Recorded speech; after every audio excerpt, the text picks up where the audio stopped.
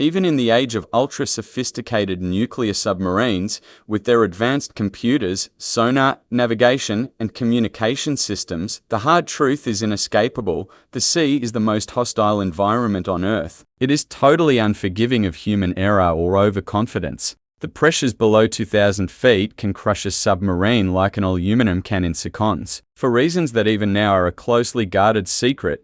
That happened in late May 1968 when the nuclear-attack submarine USS Scorpion SSN 589 sank in the middle of the Atlantic Ocean as she was returning from a long deployment. 99 officers and men were on board the Scorpion. The Scorpion was third in the revolutionary new skipjack class of nuclear fast attack subs. She was commissioned at the Electric Boat Shipyard in Groton, Connecticut, on July 29, 1960. The rapidly changing Cold War arena demanded that each one of the U.S. Navy's nuclear submarines be on continual service for the purpose of locating and tracking Soviet attack and missile submarines. But time and constant service took their toll. The Navy was pushing the Scorpion to its limits. As a result, systems began to break down. There were serious oil leaks in the machinery, and seawater seeped in from the propeller shaft seal. Her depth was restricted to 300 feet, well above the 900-foot test depth. In 1967, she experienced vibrations so severe it seemed that the entire boat was literally corkscrewing through the water. The cause was never determined. The crew had taken to calling their boat the Scrapper-On.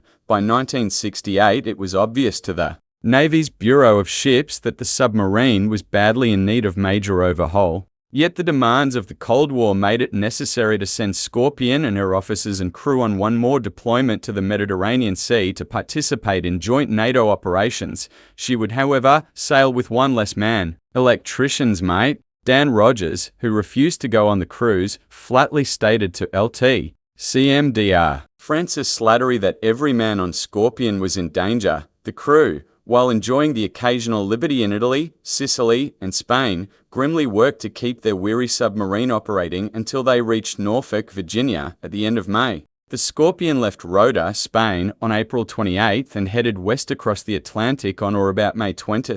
Slattery radioed on May 21 that their estimated time of arrival was PM on May 27, when the Scorpion did not arrive at her berth at the Norfolk Navy Yard on May 27, repeated calls of Scorpion's call sign, Brandywine, went unanswered. Even before the fearful family members dejectedly returned home, not knowing what had happened to their loved ones, the Navy's Situation Room in the Pentagon was full of worried officers who were trying to determine why the submarine had gone missing. On the large Atlantic Ocean wall chart, a line was drawn along the Great Circle route from Gibraltar to Norfolk. Somewhere along that 3,300-mile arc, the Scorpion and her crew could be struggling to survive a serious mechanical casualty. Or she could be down, a word that had grim implications to the submarine service. In any event, she had to be found. One thing was reasonably certain: the Soviets had nothing to do with the disappearance. This is where Dr. John Craven, the chief civilian scientist of the Special Projects Division and a skilled engineer, entered the picture. Craven, whose work had made him a legend in the Navy, had been instrumental in finding the lost H-bomb that had fallen into the sea off Spain when a B-52 collided with a KC-97 tanker. He had used a revolutionary method of calculating poker odds and mathematics to determine the probable location of the bomb. Despite universal scorn at his methods, Craven had led the Navy right to the missing weapon. He had been on the team that designed the Polaris missile launching system. Craven was not above unusual ideas. Upon hearing of Scorpion's failure to arrive at Norfolk, he entered the Situation Room to see the grim faces staring at the vast Atlantic Ocean chart. He offered to help. Having few options, the Navy accepted his offer. The alternative was a protracted and probably futile SC search. Craven knew that the newly operational sonar surveillance system would be of little help on this search. The system's array on the sea floor filtered out all noise except that of machinery such as what was used on Soviet subs. He began by examining the readouts of underwater hydrophones located in the Canary Islands and Newfoundland. By linking the timescale of the two readouts, Craven and Naval Research Laboratory acoustic engineer Wilton Hardy found a suspicious series of 5 to 8 underwater explosions around the time Scorpion would have been in the mid-Atlantic. The depth of the water was 11,000 feet, far deeper than any military submarine could survive. How the hell are we going to find these poor bastards? Craven wondered. Chief of Naval Operations Admiral Thomas Moore appointed Craven to head a technical advisory group. The group used estimates of Scorpion's speed and course, comparing them to the acoustic anomalies found on the hydrophone readouts. Sure enough, all of them fell right on the submarine's track. First,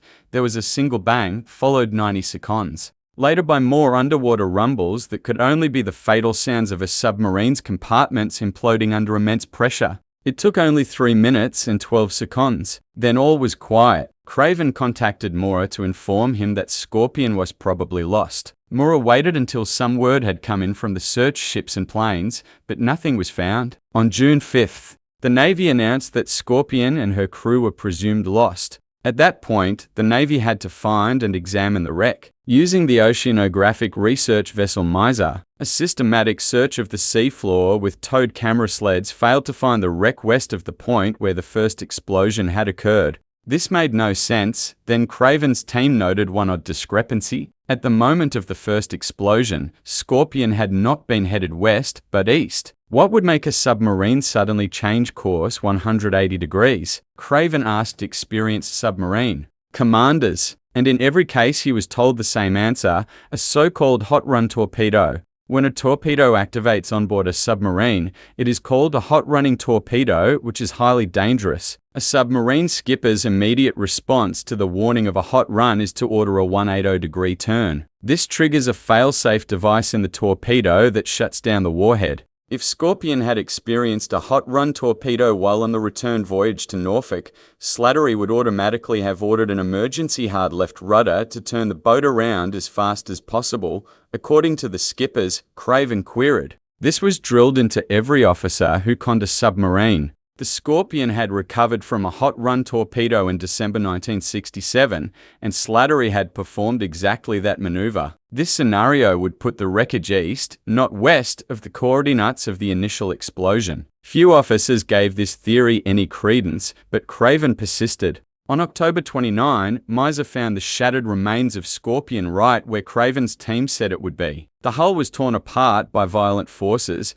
the stern was telescoped into the engine room, and the bow was smashed back toward the sail. The entire underside was ripped away. Scattered bits and pieces littered the seafloor like leaves after a storm. There was no doubt the 99 crew members were dead. What had happened? Was the submarine sunk by her own torpedo? Like all Cold War subs, Scorpion carried warshots, that is, live torpedoes. She carried 14 Mark 37 electric torpedoes, 7 steam-powered Mark 14 seconds, and 2 nuclear-tipped Mark 45 seconds. It was common practice on an American submarine to perform maintenance on all of the submarine's equipment and weapons at the end of a patrol. With this in mind, Craven began investigating the possibility that one of Scorpion's torpedoes had activated during a maintenance check. One of Craven's favorite maxims was that if a piece of equipment can be installed backward, it will be. Sure enough, he discovered that there had been several instances of torpedoes being activated while undergoing routine electronic maintenance. Because some of the testing units had transposed wiring,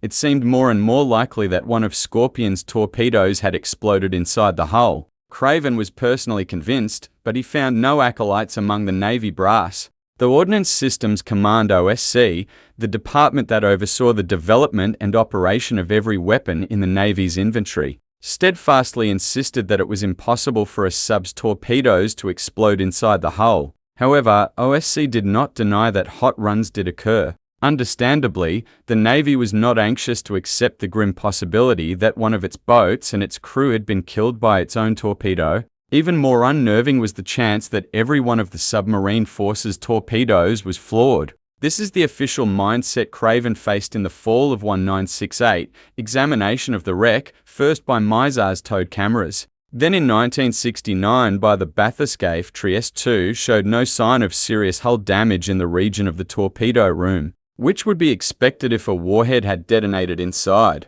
Yet the photos did show that the torpedo room loading and escape hatches had been sprung open. This was a perplexing paradox in Craven's theory. Try as he might, he could not explain the contradiction.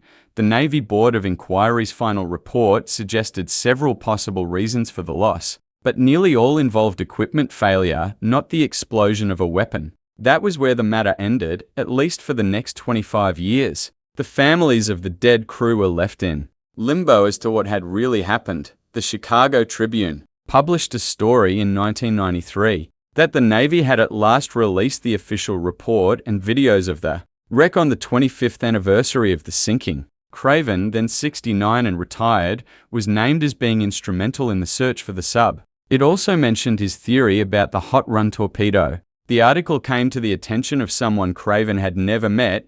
Charles Thorne had been the technical director of the Weapons Quality Engineering Center at the Naval Torpedo Station at Keyport, Washington, in 1968. Thorne, who was retired, had read the Tribune story and decided that he had to talk to Craven. The two men found that each was sure that Scorpion was lost from an exploding torpedo, but unlike Craven, Thorne had information that shed an entirely new light on the mystery. The Mark 37 anti-submarine weapon, acoustic torpedo, built by Westinghouse, had entered service in 1956. It was a marvel of underwater weapons technology. It weighed 1,400 pounds and was just over 11 feet long. It carried 330 pounds of HDX high explosive in the warhead, designed to sink enemy subs by blasting a hole in the tough outer hull. The Mark 37 was a deadly and efficient weapon. The silver zinc batteries were about 5 feet long and separated from the 330-pound warhead by a half-inch thick partition. But there was a hidden flaw in the design that only became apparent in 1966, when the Mark 37 was already in service. Between the battery and the power cell was a tiny foil diaphragm, only 1/700th of an inch thick. This was supposed to rupture when pressure was applied by the ejection of the weapon from a torpedo tube, causing electrolytes in the power cell to fully activate the battery, which then started the motor.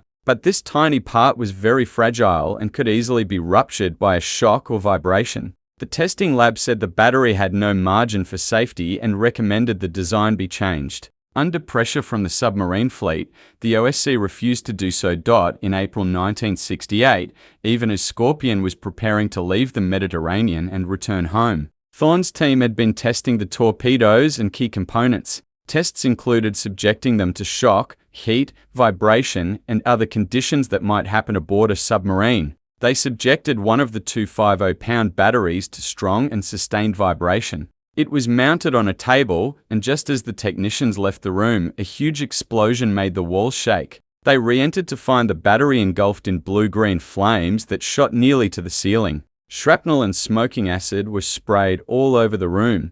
Only after determined effort did they manage to disconnect the burning unit and extinguish the flames. The battery had been distorted and melted from the intense heat. A written alert was immediately sent to the fleet under Thorne's signature. The alert stated that all of the submarines in the fleet that carried Mark 37 Seconds with the flawed batteries should disconnect them immediately pending replacement. Even after the test, the OSC continued to insist that it was impossible for a battery explosion to set off a warhead. In fact, an OSC representative berated Thorne for suggesting such a thing in the alert. The main problem the Navy faced was expediency versus caution. The submarine force needed torpedoes, and the manufacturers were hard-pressed to produce the required numbers. As a result, the OSC was rushing into service torpedoes containing components that had not been fully tested. One company, subcontracted to produce the batteries, failed to manufacture even one that passed the quality control tests. But the Navy was in a bind. The service allowed that company to ship more than 200 batteries to the fleet. The unit that exploded in the testing lab was one of these. Upon hearing that Scorpion had sailed with at least one torpedo that contained a defective battery, Thorne became convinced that this was the key to the disaster. Scorpion had been sent to sea with torpedoes that were vulnerable to vibration, and the submarine had a history of serious vibration problems. When they talked in 1993, Thorne was astounded to find that Craven had not known of the alert. He had assumed that Craven was aware of the flaws in the battery.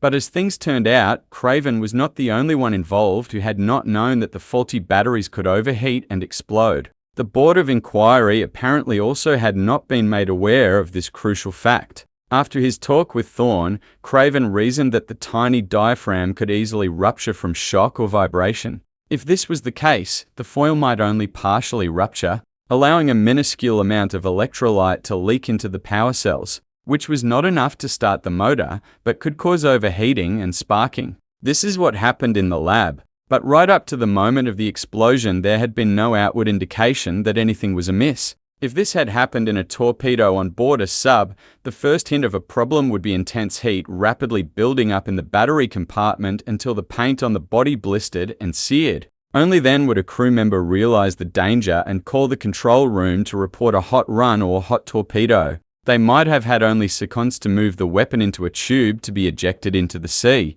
After his talk with Thorne, Craven was sure that Scorpion did not have those precious few seconds. Did an overheating battery sink Scorpion, and did a warhead cook off? This bears some consideration. The wreck shows that the torpedo loading hatches and escape hatches leading to Scorpion's torpedo room are open. If a 330-pound HDX warhead had detonated, it would likely have caused sympathetic explosions of nearby torpedoes. If that had been the case, the entire forward section of the submarine would have been torn apart. The wreckage, while severe, does not show any external distortion from massive internal explosions. What is more, unlike virtually every other compartment, the torpedo room was not crushed by external pressure. This is highly significant. It means that the torpedo room was probably already flooded when the submarine sank, but it would be folly to totally rule out a warhead explosion. In normal operations, when 330 pounds of HDX detonates upon impact with an enemy ship, the force is directed straight ahead to penetrate the hull. But if a battery fire had cooked off a warhead, the resulting blast would be undirected in what is known as a low-order explosion. This might not cause other warheads to blow up, but would very likely blow off the hatches, flooding the torpedo room and dooming the submarine, even if all the watertight doors had been sealed. The rest of the crew would have watched in stunned horror as the bulkhead started to wrinkle and bend as the steel was subjected to thousands of pounds of pressure per inch. One by one, the compartments, starting with the bow and stern, would be shoved into the main hull, tearing the ship apart. The crew would have been immolated in microseconds as the air was compacted into incandescence. The entire sinking took 3 minutes and 12 seconds from the first explosion to the final collapse. The result was a long fall and immediate death for 99 American sailors. To this day, the OSC has never acknowledged that Scorpion's loss was caused by an internal torpedo explosion or even that she had carried one of the flawed batteries. But 1 year after the loss, OSC did order a redesign of the battery for the next generation of torpedoes. This year marked the 50th anniversary of Scorpion's loss without a solid answer for the crew's families.